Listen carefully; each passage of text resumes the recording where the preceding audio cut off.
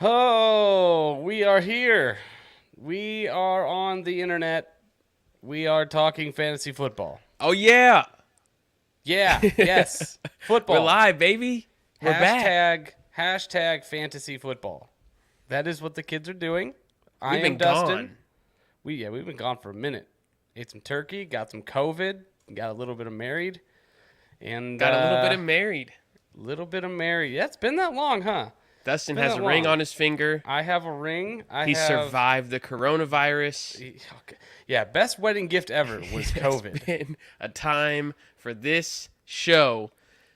Ugh, As a show that has recorded very consistently without missing a week for was 2 years now, it felt and has felt all day like we haven't recorded in months. it feels like a long time, but that's who we are. We try to be consistent. I'm Dustin. That's Travis. We're losing sucks, and that's the boring stuff, Travis. That's what the people already know who we are.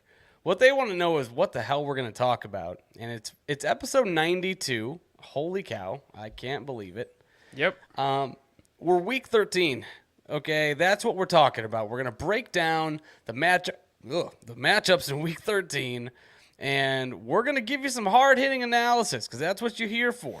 Okay, that's why the people stick with us, Travis, because they want the hard hitting numbers. Okay, I hope so, because this is a segmentless show. no segments. There's nothing.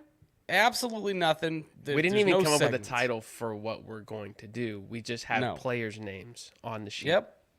Yeah. So, we're just gonna Let me preface what the plan is tonight and what I was thinking Give about me- 2 hours ago. give me the itinerary. What are we doing here? What are we doing?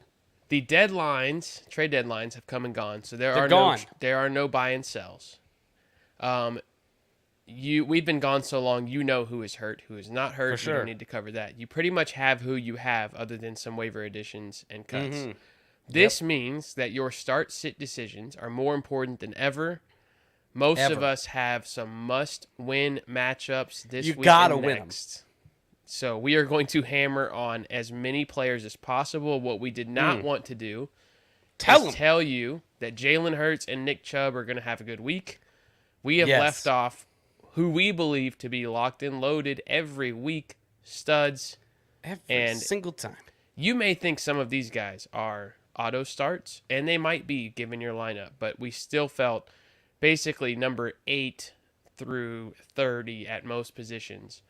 That's right. We should talk about. So we're here to tell you who to start or sit, and at least let you into our head of why we would do so, given the matchup in week 13 specifically. Getting crazy up in here. Gonna let you know what's going on in this maze up top here. The Where do we mental like to maze. start? Where do we like to start here? At You Losing know what we like to Sucks? start with. We know we ain't starting with tight ends. We save those for the last. The big Okay. finish. But we are gonna start with the quarterbacks, okay? And you know what? Before we do that, Travis, I just want to play the drop. I want to play the drop. Let's just call this the rundown, okay? Okay, I like it. We're gonna dive in to the rundown. I'll be exhausted because it's like a triathlon.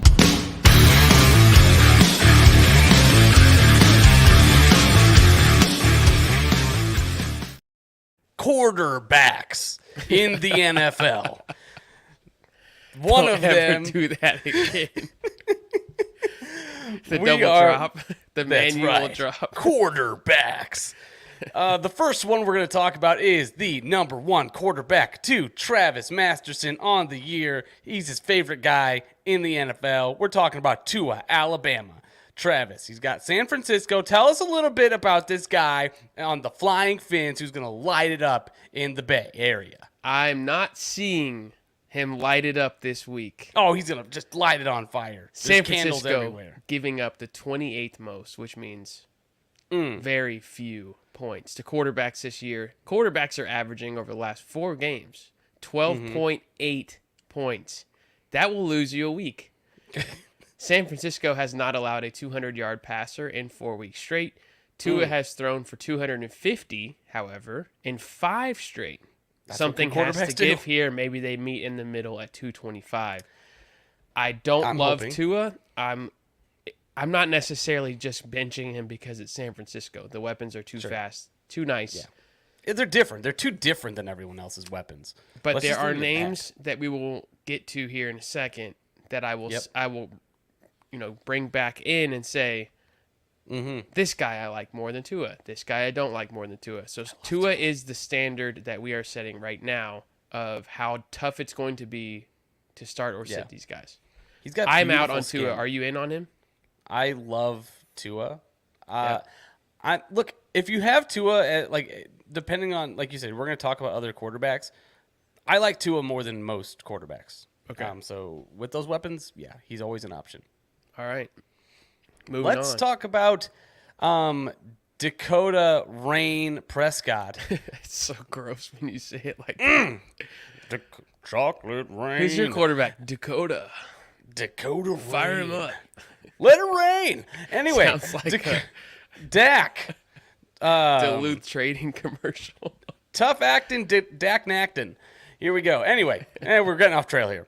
The Colts are who he's playing, and they've been pretty tough against the pass over the last 4 weeks, averaging 16 points against them over the last 3. Not as bad as San Francisco, but, Trev, you say here that you're not worried about Dak. Everyone's healthy, and you said the Colts suck. You say that Dak should put up 20+. I don't necessarily know about that, man. I think, the Colts aren't nothing. They still have some decent pieces. I think you can run on the Colts more than you can pass on them. Really? To me, their run D is the strength of the defense. Really? that what you Linebackers think? shutting down the run, and I think CD, Gallup, Schultz, all healthy, all finally in a groove. I feel like Dak is just a well-oiled Colts, machine. The Colts have given up the second fewest fantasy points to the wide receiver position. Wow.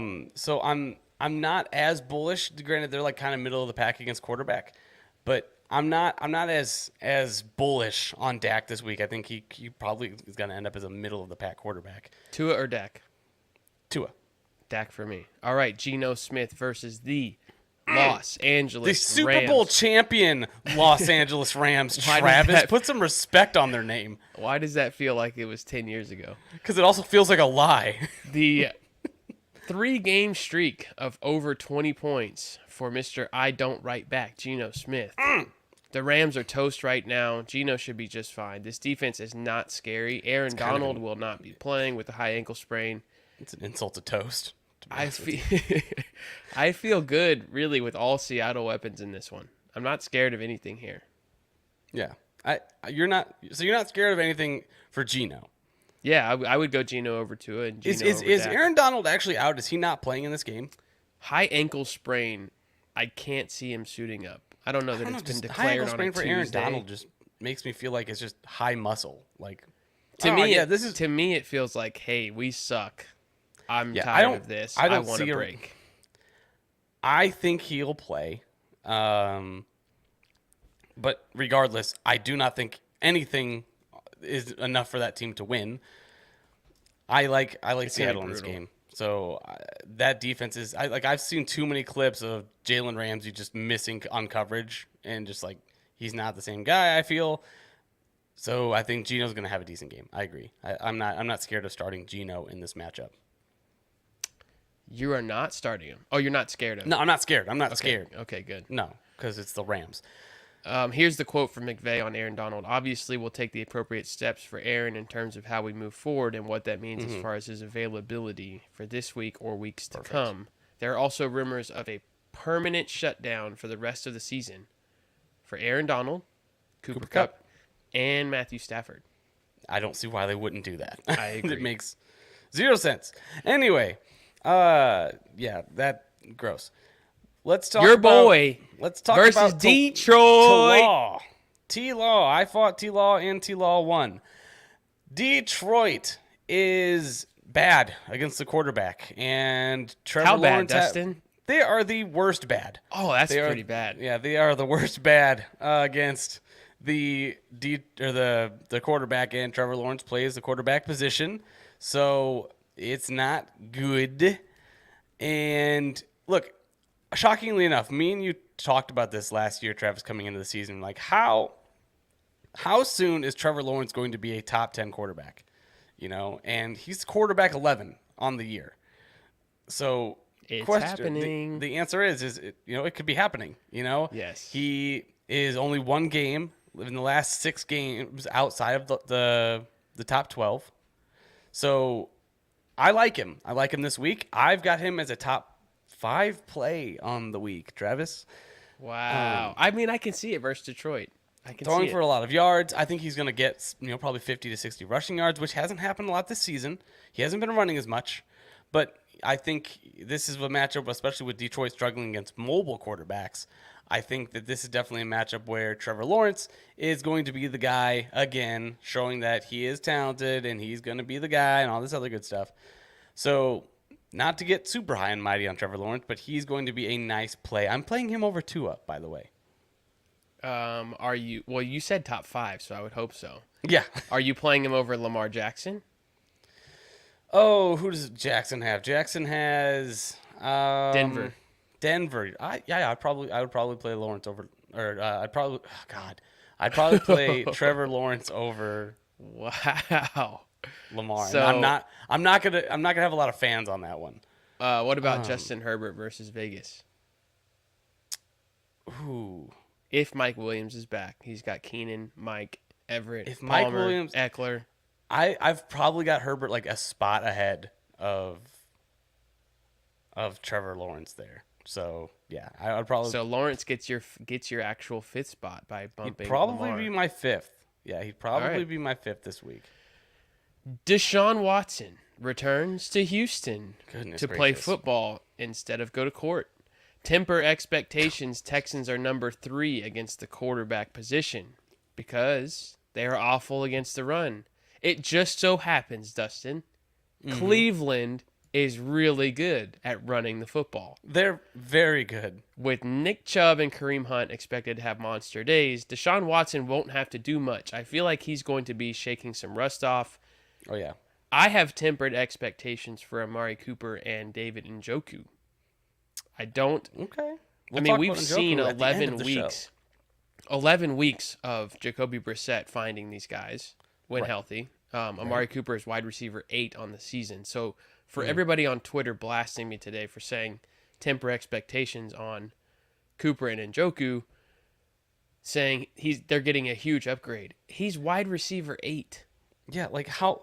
What? Where what do you more wanna of an put him? upgrade? Yeah. Are you getting? Oh no, he's going to be instead of a top 10 wide receiver, he's going to be a super top 10. Like Yeah. getting. And that was my response. He's wide receiver 8. So are you saying that he's a top 7 receiver rest of the way now that Watson is healthy and hasn't played in 700 days? No. Goodness You've got it. In short, Deshaun Watson has a lot of rust to knock off. I think it'll So be a much sloppy day. I think they hand it to Nick Chubb and Kareem Hunt as much as they possibly can. There's a lot of rust you got to knock off. There's people you go to see to get the rust off your body. Anyway, Don't go to Tom ones he's Brady. seen. Tom Brady against the New Orleans Saints is the next quarterback we're going to talk about. Brady, as you so astutely pointed out, Travis, only has one 20-plus point week in 2022. I mean, I would have bet thousands of dollars, which for me and my bank account is very significant, that he, through 12 weeks, would have Yep. more than one 20-point day. It's wild. It's a wild thing. What is happening? I think the fact that we're having this conversation, what is happening? He's 45 years old, and that's not the first thing we go to. He was Like- 44 last year and was a top That is 5. how numbers work. I will check. Can someone please check the math on that? What? Okay, so 6 months go by and all of a sudden you suck? I don't think that's it. I think a lot's changed. His offensive line has been absolutely decimated. His wide receivers just had coming back from injury and They've gotten old. older. Yeah. Yeah, and like you've got Julio Jones as your exciting piece. His tight end got so much younger though. What the heck? Right, absolutely. You went from very old and so old and broken to young, and I wish he were kind of older and a little more broken. Like just a little more broken, but like also more good. Like that's How do you also feel what we about need. Brady versus the New Orleans Saints compared to Geno and Tua? Well, to give you more context, so the Saints are giving up 15.7 points per game. over the last 6 weeks. But I prefer Geno. I prefer Geno in too. this game. He's got probably better weapons, and offensive line's going to be better for Geno. The defense he's facing isn't as scary. Not that the Saints are scary, but it's just like, this whole history between Brady and the Saints, but then also it's Geno. They're better right now. Yeah, Feels like they're better. playing better. They're a better team. So Brady just lost to Cleveland, so I'm okay. I'm going to go with Geno on that one. Tom Brady, I'm having to start him in A-League, but it's not like something I feel great about. So You did Tom pick Brady- him up in our home league for free. I did pick him up. That was in our as home league. quick as you can be. Yeah, I picked him up, and I'm going to start him because he's my best option. God. Unless Fields is playing, then I we'll don't see. think he will. Same. I don't want to talk about the home league. Let's move Keep on. the record versus the Packers. as I'm good as not you can. playing Tom Brady if I don't have to this week. I agree. Derek Carr versus the Los Angeles Chargers, formerly of San Diego. Derek Carr Santiago. has been a back end QB1 over the last 4 weeks. He's at been very good in the back end for sure. 19.84 points per game over the last month. That is who I hoped Carr would be on the season. Maybe For sure. he finishes that way from here on out. The Chargers defense, on the contraire, has not been what we expected. With all No. the additions and health, we thought this Chargers D is going to be nasty. They are not. I am smelling a shootout in this game. Maybe the highest scoring game of the week. I feel like Carr will match Herbert blow for blow, 285 and 3 scores for Derek Carr Wow. with a very high ceiling in this game. So what you're saying is you're smelling a quarterback back end. A Yes, I quarterback am. one back end. That's what you're smelling here. I would take Derek Carr over Yeah. Tua and Geno. Wow. So it's pretty smelly. That you're It's- smelling it right now. That's It's pretty good. smelling I like good. that. 285 and 3. Man. Ben has a Oh. question. Is this the week Tua comes back down to earth, facing the future runners up in the NFC Oh, West? damn. Dustin, are you still in on the Hawks? That's question number 2. Question 1, we both think Tua will be okay. I will tell you- Dustin has him a I'll little tell you higher this. than I do. The Hawks can score on anyone. That's just what I know from watching them play football. And their defense can get scored on by anyone. So I think, look, you're talking about the 49ers, okay? If it comes down to it, the 49ers, their defense is better. I think they're the favorites to win the division. I'm not going to be surprised, especially with Jimmy G getting banged up, if the Seahawks can still pull this off. Okay, you're and still win the in. division. That I'm answers still in on the question. Seahawks. But I will say this. I'm going to make another bold claim about the Seahawks. I don't know why I'm this guy this year. But I think if the Seahawks and the 49ers meet in the playoffs, these Seahawks are going to win. Oh my gosh. Why? That's just where I'm at. I'm just saying, like, just Have watching you them- watched the 49ers in the last 4 weeks? Nobody have. scores any points on them. I'm telling you, divisional games are weird. They know them. I'm just saying. Barring like injury, that's- they're the best team in the NFL. Who? 49ers. No. Yes. Barring No, injury, at full Barring strength, injury? they will be in no. the Super Bowl. It's absolutely not. Absolutely They will be not. in the Super Bowl versus the No, they Chiefs won't. or the Bills. No, it'll be the Eagles, okay, and it's probably going to be the Chiefs. Yes, 100% yes, All right. 100%. Moving on, your boy Kirk Cousins versus Kirk the Cousins. Jets. He's the mayonnaise quarterback of the NFL. You put some chains on that mayo, okay? But anyway, Kirk Cousins, man, against the Jets. The Jets aren't exactly a fun matchup, okay? They're giving up the 4th fewest quarterback points over the last 6 weeks. Look. This He's got is the them playing 49er defense. I know. Roberto Sala. Look, Jimmy G, or Jimmy G. You got me talking to Jimmy G now. You Kirk can't help Cousins, yourself. He's going Super Bowl. He's so handsome. Anyway, Kirk Cousins, the guy that I wouldn't mind, sending my kids over there for a sleepover. That's the kind of I just have that kind of confidence in him. That sleepover confidence. Kirk Cousins, man. I feel like in this game, every game he has the weapons. Okay, we all know the weapons, but it's just the Jets' defense is annoying. They know how to shut guys down. Sauce Gardner's no joke. it's just a well coached group. So that's always what I fear in coming into a matchup against the Jets is that they have the ability to play to the talent of any other team in the league. Yeah. At any given point, they're just not consistent. So I think that Kirk Cousins is in this matchup not someone I'm super excited to play because the Jets. I agree. I mean, it's not a matchup. I where don't I'm see like, him getting to 20. That ceiling's No, not there. no. I think he's probably he's probably like a quarterback 18 to 15, 16 or 14 kind of guy. 14 to 18 fantasy points. 18 Sure, being honestly, really probably. successful day. Yeah, he's probably going to be in the 13, 14 point range. I agree. Jimmy G versus Miami to wrap up quarterbacks. Jimmy, Miami's giving up the third most points to fantasy quarterbacks this year, over 21 points per game. The Pro Bowl crew in San Francisco is fully healthy, as we have said. When everyone is healthy, I love Jimmy G. Very nice week coming with no Elijah Mitchell. I think Christian McCaffrey is a huge benefactor down the stretch. Are we worried because about of that him? injury. No, Are I'm we not. worried about his own injury? His head coach was not, so I am not. He said he'll be fine. We're just going to manage it over practice this week. Okay. But I do think in the game they give him a little lighter rushing workload to protect it when they can, and that will lend itself to more Jimmy to Kittle. I feel like Yeah. more Debo, more Kittle, a little less CMC. Let's protect him on our way to the Super Bowl. That will wrap up quarterbacks. That took 21 minutes. We must be faster for the next three positions. For sure. That's what my wife says. Anyway. We're heading into running backs. Let's talk Tony Pollard. Let's go two at a time here. You've got the first two, and then we'll alternate every two, and we will not cut each other off because I'm so good at doing that. Perfect. I love it. Tony Pollard versus the Colts. We know that Dak's going to be blah, blah, blah against the Colts. We've already talked about it. Go back and listen. Colts are middle of the pack versus the run. Although Tony Pollard's been getting the receiving work, he gets the more exciting carries. He's better than Zeke, in my opinion.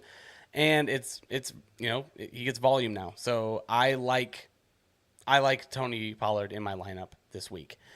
Jeff Wilson, revenge game, 49ers. I don't love Jeff Wilson against the 49ers this week. He's not one of the weapons on this team that I get excited about.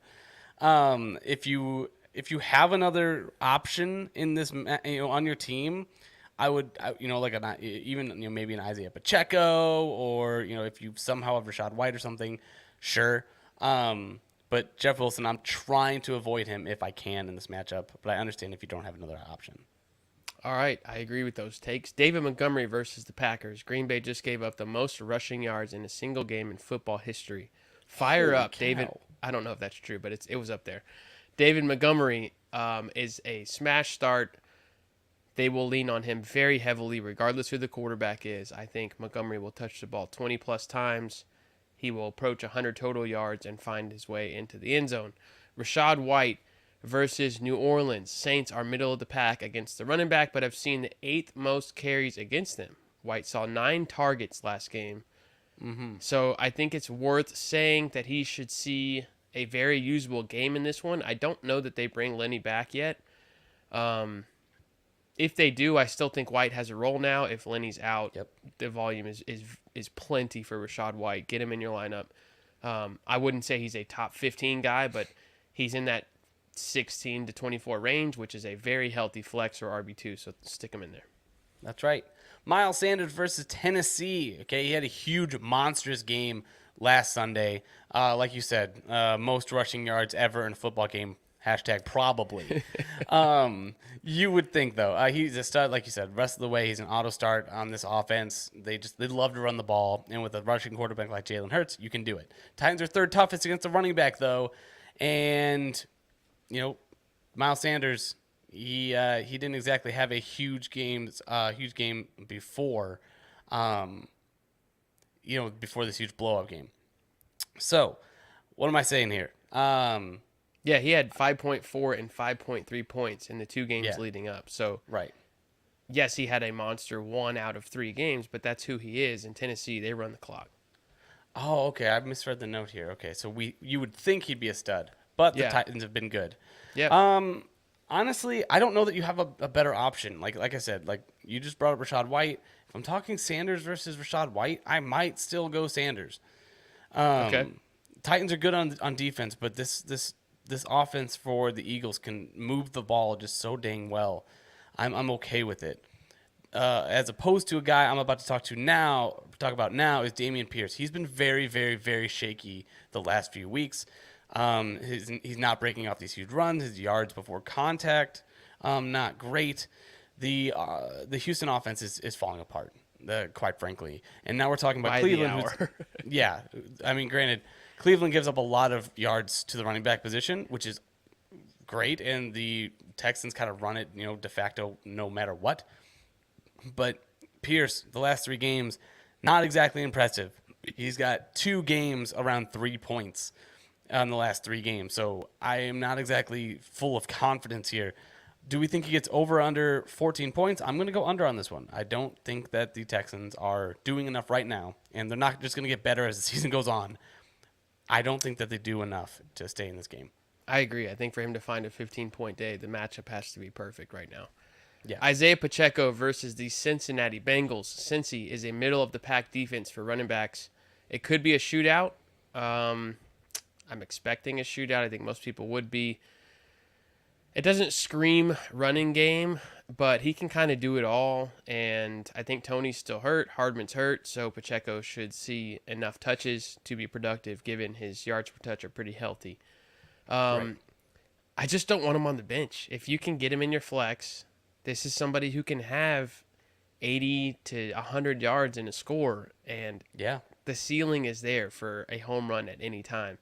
Yes, he's fun to watch, but he's also very involved in that offense right now. Right. Devin Singletary versus the Patriots. Patriots are great against running backs. I Yeah. don't love Singletary in a short week matchup. That should be a lot of Josh Allen. Thursdays suck, and we'll talk about do. some more guys in a little bit that are playing Thursday. They can really cause you to tilt over the next 2 for to sure. 3 days. If Singletary comes out and has a 7 or an 8, you're going to be Right. really upset. And Right. it's very possible against the Patriots.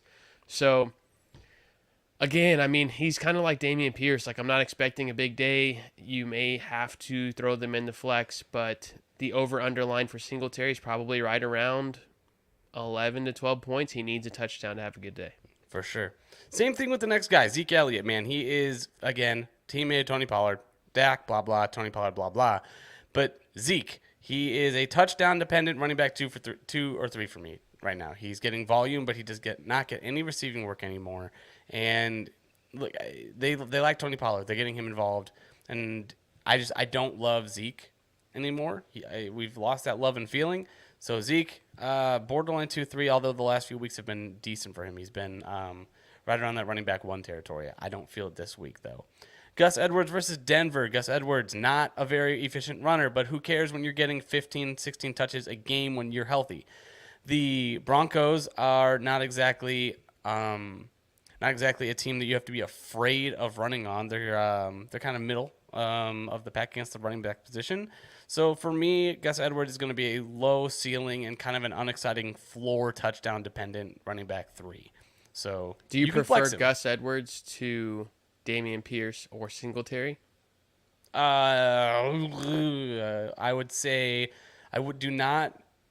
God, I'd probably go Pierce over him. Pierce over him because they give Pierce the ball a bunch of times, and I would say I'd put him over Singletary. Okay. Brian Robinson / Antonio Gibson, since neither one of them want to beat the other person out. They're not exciting. New York Giants. This is not a bad matchup for the duo, but I think it leans Robinson out of the 2. Robinson has seen more carries and got 3 targets last week.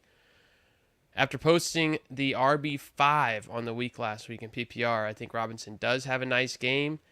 Gibson, to me, is a boomer bust running back 3. Mm-hmm. I'm not counting on 15 points from Gibson either. I think if he gets a touchdown, you can get 12 to 14 points. That's about it. He's not shown what we have wanted him to show as far as feeling confident as a flex or RB2. It's just not there. No, same thing with the next guy. DeAndre Swift, which is really sad. you and I were both heavily invested in DeAndre Swift. What a freaking bummer, man. He gets the Jags. He has continued to be outproduced by Jamal Williams, who is next. He has only seen double-digit carries once this season. That is Wild. terrifying. It's terrifying dynasty-wise, too, because he's It healthy is. now. And if Yeah, he's your guy that's the and you're excuse. competing and he's healthy, then you would think he is touching the ball 15 to 20 times. That is not the case. Yeah, I don't know, man. It's almost like they're forcing him into a receiving back role, and he's so much more than that. 8 targets last week were encouraging, but yes, he is a TD-dependent RB3 right now. We need to see Swift before the playoffs have 2 really nice weeks, and we need Detroit to commit to him and say, this is the end of the season now. Let's see our workhorse go to work. That is what we're hoping for. Best case scenario as we head into the playoffs. Yeah, his teammate Jamal Williams. Look, I said that it's it's anyone's guess that if he falls in the end zone. But honestly, man, it isn't just a guess. It's like a strong likelihood that he falls into the end zone every single game. Yeah. Every single game. It's like, oh, this is a good run D. He's like, I don't care. I score. Yeah, he's like, what I I do. just find I'm a mermaid. I'm SpongeBob. I'm gonna get in the end zone. Travis, he has 1, 2, 3, 4 games where he doesn't have a touchdown. I think he leads the NFL in touchdowns. Oh, for running sure. backs. He's got like 13. Yeah. He's got more games with multiple touchdowns than he has games without a touchdown, Wow. which is insane. He's the running back 12 on the year. You're starting him. He's a safe RB2 this week. I think he's going to score because he's facing the Jaguars and they don't really scare me. But yeah, I think that the Get him in there. the Lions are going to be able to get to the red zone, and then whenever they get to the red zone, they just kind of give the bird to DeAndre Swift, tell him get off the field and go get Jamal. So, Start Jamal. Practice your touchdown dance Sunday morning so that Yep. when it happens, you're ready because it will happen. That's right. Jamal Williams, man, start him. A.J. Dillon for Chicago. A.J. Dillon has been so disappointing. I think he's like the RB. I think he's like the 35 or 36 right now. Could be worse. Finally had a good game. Yeah, he had a decent game, but he's still not seeing the snap share you want to see. Yeah. 40%, 45%. That's about what you're seeing right now. However, if you're going to have a running back that needs a bounce back, get right-ish game, it's against the Chicago Bears, who are probably like the worst, other than I think the Browns in terms of, I don't know, for the Texans are worse. The Bears are second worst against the running back. And A.J. Dillon, man, he's on a team that likes to run the ball. So I think this could be a get-right game where you feel comfortable flexing him into your lineup this week. All right. I'll wrap it up here. Latavius Murray versus Baltimore. All we have to say here is there is nobody else in the Denver backfield. He gets the volume. It is a mini revenge game. Latavius Murray finds his way to 75 yards week in and week out. He's a fine flex play. If he gets the touchdown, he'll finish inside the top 20. Cordarrelle Patterson versus Pittsburgh. 2 bad offenses that should be able to move the ball. This isn't exactly the steel curtain. Cordarrelle Patterson sees plenty of usage after being on the field for more than 50% of snaps in each of the last 2 games. It does appear that they want to keep him involved. For sure. So you would love for him to get the touchdown. That would, solidify him as a top 15 to 20 guy if he does find the end zone. But I think you're fine flexing him. Even if he doesn't score, he should give you 8 to 12 points in that flex spot. I agree. Let's talk some wide receivers now. There's roughly 1 billion of them. So we definitely have a lot to talk about. Before we do, we have Edward Zhang that just sent us a message on the comments. Who do we have winning this trade? Full PPR, Kamara and Waddle for ETN and Amon-Ra. For me, it's the ETN side. For me, it is the Kamara side. I'm a little nervous about the foot of ETN right now. With the history of ETN, yes, he was cleared to come back in the game. He did not, but he was cleared to, so he is okay. Right. He's beautiful is what he is. I like Amon-Ra over Waddle, but again, I mean, Kamara's last terrible 3 lately. weeks are juicy. We said 3 weeks ago, if you have Kamara and you have a bad record, trade him because it's going to get ugly. If you have a good record, go get him because the playoffs are awesome. Right. So from this point on, I'm okay with Kamara over Etienne, although I do love Etienne. Waddle and Monroe is a toss-up. I think we're split on this. It's going to be tough. I'm fine either way. Whichever side you got, I like more because I want you to feel good about your trade. There you go. You definitely didn't lose it one way or the other. No, I feel like you did good. You did good, kid. We have a lot of receivers, Dustin. So many. So let's blitz through these. I'm pretty kicking quick. these off. Brandon All right. Ayuk versus Miami. Do it. Miami, 6th fewest points to wide receiver over the last 6 weeks. Ayuk is averaging, man, these numbers suck, 4.3 catches and 56 yards per game over the last 3 weeks. I ask myself, Dustin, Okay. is that sample size too small? Is 3 weeks too small to assess Brandon Ayuk? So I looked at the season, and it looks the same. 4.5 catches, 59 yards per game. This is a touchdown-dependent player, period. I am not saying that you should try to bench Brandon Ayuk, but I would prefer some of the guys that we will mention in the next 10 minutes over Ayuk. I like the matchup, so if you Okay. want to play Ayuk, I have no issue with it, but I'm not benching a Mike Williams or somebody for Ayuk just because he's gotten the touchdown recently. Tyler Lockett versus the Rams, another low-volume touchdown-dependent guy so far. I was actually shocked to see the low volume for Tyler Lockett. He is wide receiver 13 on the season. And Yeah. it feels like he is because I keep getting notifications that Tyler Lockett scored a touchdown. Yeah, he's good Like at that. you're saying, Seattle scores, Lockett scores. Again, touchdowns are fickle. When you need them the most, they may not be there, and the volume is not there for Lockett. The matchup doesn't scare me. If you have Lockett, you're playing him. But I think he'll be kind of like Ayuk. He's going to disappear on you sometimes. Yeah, fair enough. My next guy is essentially Buffalo Marquez Valdez Scantling. Yes. Gabe Davis. If you like one big performance that keeps you wanting more, that is Gabe Davis. He's got the 4th fewest points. All right, so New England. They have the 4th fewest points to the wide receiver over the last 6 games. Yuck. Ouch. Yeah, I don't like. It's a Thursday game, so I'm out on Gabe Davis. Cortland Sutton versus Baltimore. Let me ask you a quick question on Davis real quick. Oh God. If you bench him and he goes Yeah. for 80 and 2 scores on Thursday, are you really pissed off? Or are you like, screw Gabe Davis anyway? It depends on who I'm starting over him. To be honest with Okay, all right. you, I would be very upset. I feel like if I have him and he scores once or twice, I'm not like, oh, I'm an idiot. I'm like, yeah, of course he's gonna do that. If he does that, just go back and look through his game logs and exactly see how he's the been doing. process Make yourself is feel right. better. Cortland Sutton, I believe he still plays for Denver. I am not a fan. But he Really? has 17 catches on 26 targets over the last 3 weeks, which is the saving grace here. Denver sucks. Don't do it. But he's getting looks. Baltimore's giving up 31.6 points per game to the wide receivers. He's probably going to have like a 14, 15-point game. Yeah, there's enough. And- In a PPR format, he'll get it. But I will say this. Don't watch the game. Please don't watch the game. I agree. You're not going to enjoy it. You're But going to like have to watch. 6 or 7 catches for 70 yards is pretty much You're a going to lock. watch like 5 or 6 10-yard throws, and you're going to be like, this freaking sucks. And then you're going to look at your game. You're like, oh, my team didn't die because of him. And that's it. That's where the excitement ends. We can stop talking about him. On to the next guy. You can watch Denver if you want to watch O-line scream at their quarterback because that was awesome. It's awful.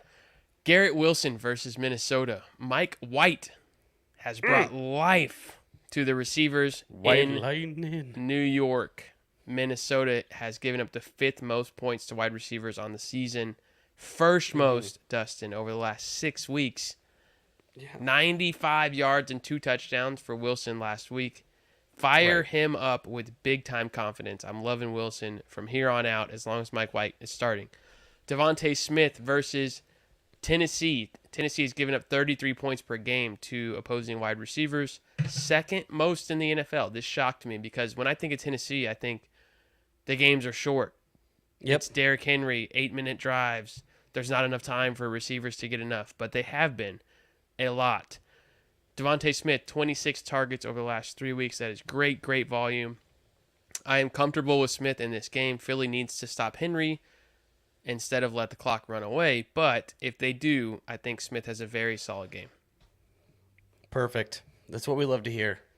And I agree with you. I think Devontae Smith should be pretty solid in this one.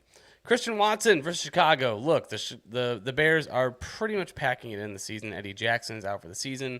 They don't really have much left on defense. They can't stop anyone right now. Rodgers is playing, and he owns the Bears. I hate to say it. And Watson has quickly become the de facto number one due to Allen Lazard being inconsistent and not being able to be trusted. So Christian Watson is a screaming start this week. He's probably going to catch a touchdown, and I'm going to hate it. Just Michael, one? let's say at least one. Michael Pittman. I don't think that's going to be a high-scoring game. Really? I think it's going to be the Packers scoring like 23 points, and then that's going to be it. It'll be like 23-3. That'll be the end. Wow, no touchdown for David Montgomery. That hurts. Michael Pittman versus Dallas. I can't get behind Michael Pittman this year. I love him, but my goodness, this offense it's Paris Campbell most of the time. It's now Jelani Woods who good, and Matt Ryan is just it's the Dallas defense too good. So I'm gonna go with Dallas gets everything done that they want to in this game, and Michael Pittman has like 4 catches for 32 yards. So, wow. 4 for 32. Yep, congrats. Or 8 wide for 32. receiver 95 on the week. Yeah, there you go. Allen Lazard versus Chicago. C, Christian Watson, just less points. However, Dustin, this does scare me. Lazard has been really quiet recently. I might stay away from Lazard until we see more involvement. We had high hopes for Lazard. Christian Watson has taken those hopes and run away with them. Yep. It has been over a month. You were not married. Last time we saw a 10-point day from Allen Lazard. 10 points in a half PPR. It has been atrocious. I'm going to bench Allen Lazard until I see something. Josh Palmer versus the Las Vegas Raiders. As mentioned before, we think this will be a shootout. I think it's the highest scoring game of the week. If Mike Williams is in, I don't see Palmer having more than a 75-yard day. 50 with a chance at a score if Mike plays. But if Mike Williams is out again, Josh Palmer for me is a top 20 to 24 receiver and a easy start versus Las Vegas. I agree. Juju Smith-Schuster on the Chiefs against the Cincinnati Bengals. We already said that we think this might be a shootout. I like Juju in this game. Granted, he hasn't been a monster the last couple games. I think he's getting back into it. They've kind of been favoring, Sky Moore and, of course, Travis Kelce. But in this game where you can throw on this defense, I feel like he's going to come back and have a decent game. You've got, and I disagree. I'm giving him the Allen Lazard treatment. You see something. Same. Yeah. I'm saying if you need a big week and you're already if you need a big week and you have like a third wide receiver or a flex spot, put Juju in because you have the chance at those big plays on an offense like this. All right. George Pickens. God dang it, man. I hate saying that I think he's going to have a good game because I'm facing him in the home league. But yes, he's going to have a good game because Atlanta can't stop a single dang wide receiver. Najee's hurt, and you know that Pickett's going to probably throw more. Atlanta has been stingy at times, but man, I don't think that this is the game where they're just going to step it up for my benefit. I think Pickens has 60, 75 yards and a touchdown, and I think it's going to be nice. I think that's going to be a solid ceiling game for Pickens. This next guy you're about to talk to, I want to know if you would start this next guy over Allen Lazard. I absolutely would. It is Treylon Burks versus Philadelphia. Philly's in the bottom third at points allowed to receivers. It is hard to trust. Bottom 3 meaning that they're pretty stiff against receivers. Philadelphia. It's hard to trust this passing game, but he's getting looks. He's getting yards. They should be trailing Philadelphia.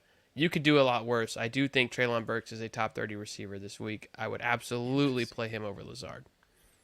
Okay, interesting. Deontay Johnson versus the Atlanta Falcons. just like we said with Pickens, I think they both have a nice day. Deontay Johnson scores his first touchdown of the year in Week 13. Oh, we're calling it. All right. We will not see the volume monster, Deontay Johnson, that we wanted maybe ever again, unless he leaves the Steelers and gets with an awesome quarterback. But he can still have a nice day. He will never be Deontay that we knew last year, as long as he's in Pittsburgh. Disappointing overall for Deontay Johnson, very much so, but I do think he has a just fine day. I think 13 to 17 PPR points. Fair enough. We've talked about a Thursday night matchup. Let's move on to the wide receiver here. Jakobi Meyers against Buffalo. He doesn't put up huge games, and he got banged up last game. But he had 3 big catches to save his week, Jakobi Meyers did.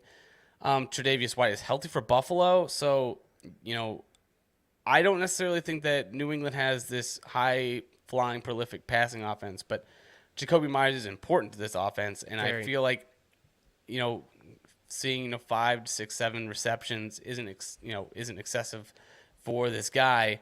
I feel like I would be shocked if he didn't have 5 or 6 catches. Like that's just he wakes up with that. Yeah, that is his role as the slot guy. I think it's not impossible to think that he gets a touchdown in this game. They're gonna have to throw it to keep up with the Bills, and you got him in here as a top 30, 35 guy. I lean upwards of 30, so I'm going to go with Jakobi Meyers here. I feel okay as a wide receiver 3. Darius Slayton versus Washington. I mean, de facto number 1. They have no one else there. Darius Slayton is the guy they trust, and Washington gives up a lot of points to the wide receiver. So I feel like you got it in here, and I believe it. Darius Slayton over Michael Pittman. I think that is a lock this week. I would do it. He's been so solid. Darius Slayton over so many guys. So yeah. I'm actually going to go look to see if he's on our waiver wire. You go and talk about Adam Thielen. All right, Adam Thielen versus the Jets. This one scares me. The Jets are 3rd toughest against wide receivers this year. Thielen has 1 double-digit day in the last 5 weeks. Gross. Even with a touchdown, he can have a very quiet day. Thielen can give you 2 for 19 and a score. He sure can. You would think, he's touchdown dependent, but that's still single-digit points. Yeah. A vintage game last week, yes. But as we said before, the Jets are very solid. If you need a wide receiver 3, let's say you're in a league that starts 3, I'm okay starting Thielen, but I am a little scared of it here. If you have somebody like Slayton or could pick up Slayton, I would start a Jakobi Meyers or Slayton over Thielen this week. Moving on, finally, Dustin, tight ends. Finally, we're here. 45 minutes later, we get to wrap it up. Let's see how many we've got. 1, 2, 3, 4, 5, 6 tight ends. So let's just break it up into 3s, man. Let's just do it. All right, I'll start then, and I'll let you wrap us up. Done. David Njoku versus the Houston Texans. Cleveland should be able to move the ball. It's not a joke. With ease in this one, which means red zone opportunities for David Njoku. But what will we get out of his quarterback? If you're feeling froggy, start Njoku as a top 8 guy. I think top 8 is a little bit vague there. Would you start him over somebody like Schultz or Freiermuth? Schultz and Freiermuth. Schultz against the Colts and Freiermuth against Atlanta. I am going to put him right. I'd probably put him right under. In between. That's fair. I think I've got Freiermuth ahead of him, Schultz beneath him. So yeah. Oh, I'm flipped there. I got Schultz, Njoku, Freiermuth. Interesting. Although they're playing Atlanta, maybe Pat should be up there. You're right. But overall, we're fine with Njoku this week. I think 50 and a good chance at a score. David Njoku, number 1 of 6. I will move on to number 2 of 6. There you go. Dawson Knox versus New England. The Patriots have given up the 2nd most touchdowns to tight ends this year. They give it up to the tight end position. In the red zone, Dawson Knox loves touchdowns. At least he did last year. Since the Bills will probably resort to moving the ball through the air, Knox is not a bad dart throw. He's been disappointing this year, but you could do worse. I don't think he's in the Njoku, Schultz, Freiermuth tier, No. but he's well above guys like Robert Tonyan. Yeah, Tyler he's a top Higbee. 12 tight end option this week. Yeah, I think everybody else that we're going to talk about next, I would still prefer to Dawson Knox. Gerald Everett is one of those versus the Las Vegas Raiders. The Raiders are not someone that you are scared to face as an offense. We've already said many times. I expect this to be a shootout, maybe the highest scoring game. Kansas City and Cincinnati will give them a run for their money. Gerald Everett, I think, will be affected by the Mike Williams decision to play or not. If Mike Williams is out, I do think Gerald Everett will be a double-digit point tight end. We've seen it a few times before. He's been good. But yeah, I think still touchdown dependent. Let's talk about Hayden Hurst against them Chiefs. You just talked about the matchup, and it could be a shootout. I don't know how much necessarily quote-unquote extra work we're going to see with Jamar Chase probably coming back this week. But like you said, could be a shootout, a lot of passing opportunities, which is what you want as a tight end. I think, I'm still going to put him as like a 50-50 shot to get into the end zone, but Hayden Hurst, he's in that range of guys where I'm playing him over a guy like Tonyan. I'm playing him over the next two guys I'm going to talk about. I hate the top 12 tight end talk. I hate saying that. But still, I mean, there's 12 guys in every fantasy league for the most part, 10 to 12. Right. You have to start one of the top 12 guys. So yes, he's somebody that you want to start. If you're one of the guys where you've been kind of streaming tight ends all year, if Hayden Hurst is available, go start him. Yeah. Foster Moreau versus the Chargers, another possible shootout matchup. And look, for me personally, if his name isn't Adams or Jacobs, I'm not excited about him on this offense. He's had touchdowns in 2 of the last 3 though, so I can't really knock him. Like I said, if you're looking for production, maybe here. But Chargers defense friendly as well for offensive weapons. So I'm going to say you could do worse. I'm starting Hayden Hurst over him, but I like Moreau over Knox. I think he'll be more involved. I'm not going to go there. But again, I could be wrong. I just think whoever scores the touchdown out of these that's 6 really how it's guys. going to come back. Who's going to score? I hate this game. Tyler Higbee had to wrap it all up for us here on talking about week 13. Tyler Higbee versus Seattle. Look, it's the freaking Rams, okay? The ineptitude of this offense knows no bounds. But without possibly Stafford this week and watching how they played last week, even with Seattle being the best team to face if you're a tight end, I'm still not excited about Tyler Higbee, man. They don't throw it enough. Tyler Higbee saw 0 everything last week. 0. And he played 60% of the snaps. So when the Rams offense on the field, you should change to another game. Don't give yourself a reason to watch that. Yes. There will be worse tight ends, but I can't tell you how many will be worse. Okay, thanks. It could be 1. It could be none. All right, I'll say this before you wrap us up. I want to say that we are incredibly thankful for the listeners and those that interact with us on Twitter, that check out the website. It means a lot to us. We put a lot of effort into this show each and every week. And we didn't get to say it on Thanksgiving show. Dustin had COVID. Travis had family in town, but we are back. We're going to finish strong, and we encourage more interaction as these decisions get tougher and tougher. Dustin, bring us home. As always, thank you so much for listening, and thank you for watching. Make sure you're following us on Twitter at Losing Sucks. You can check out our website at losingsucksfantasy.com.